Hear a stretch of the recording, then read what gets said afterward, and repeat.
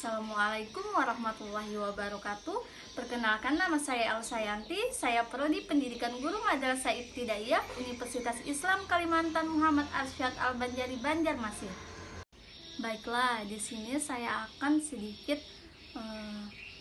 menjelaskan struktur bunga dan fungsinya. Sebelum kita masuk pada struktur bunga dan fungsinya, kita akan membahas dulu apa itu pengertian dari bunga.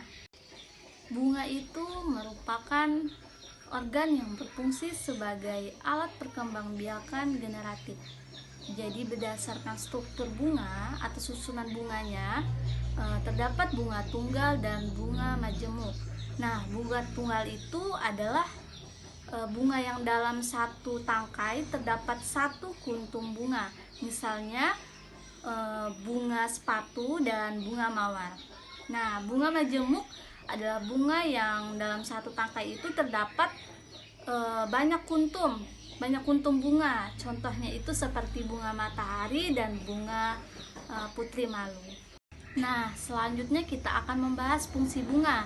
Yang pertama itu, fungsi bunga itu merupakan tempat berlangsungnya perkembangan generatif. Yang kedua itu membentuk biji untuk ditanam kembali agar tanaman menjadi lebih baik. Dan ketiga adalah bunga itu sebagai hiasan. Nah, tadi kan kita sudah membahas tentang fungsi bunga. Nah, sekarang kita akan membahas sifat bunga. Nah, sifat bunga ini ada 4 sifat bunga. Nah, yang pertama itu mempunyai warna yang menarik, yang kedua berbau harum, yang ketiga itu bentuknya bermacam-macam, dan keempat itu biasanya bunga itu mengandung madu. Nah, di sini juga ada struktur bunga. Struktur bunga itu juga memiliki bermacam-macam struktur bunga. Yang pertama ada mahkota, kepala sari, benang sari, kepala putik, tangkai putik, bangkal biji, tangkai bunga, dasar bunga, dan kelopak bunga. Nah, di sini kita akan membahas yang pertama tangkai bunga terlebih dahulu. Tangkai bunga itu merupakan bagian yang berada pada bagian bawah bunga. Nah, tangkai ini berperan sebagai penopang bunga dan sebagai penyambung antara bunga dan batang atau ranting. Nah, yang kedua, kita akan membahas tentang kelopak bunga. Kelopak bunga ini merupakan bagian yang melindungi mahkota bunga ketika masih kuncup. Nah, jadi biasanya bentuk kelopak bunga ini dan warnanya menyerupai daun.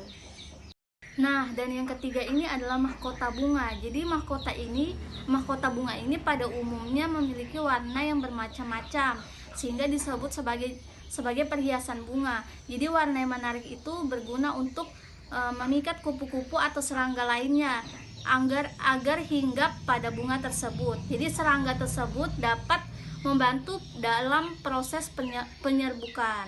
Nah, yang keempat ini adalah putik. Jadi putik itu terdapat di bagian tengah-tengah bunga. Jadi biasanya putik itu dikelilingi oleh benang sari, dan putik juga terdiri atas kepala putik dan tangkai putik. Nah, yang kelima ini adalah benang sari.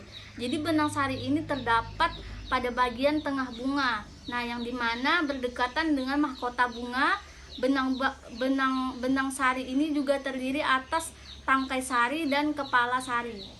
Nah, sekian penjelasan atau materi yang sudah saya sampaikan mengenai struktur bunga dan jenis-jenis bunganya.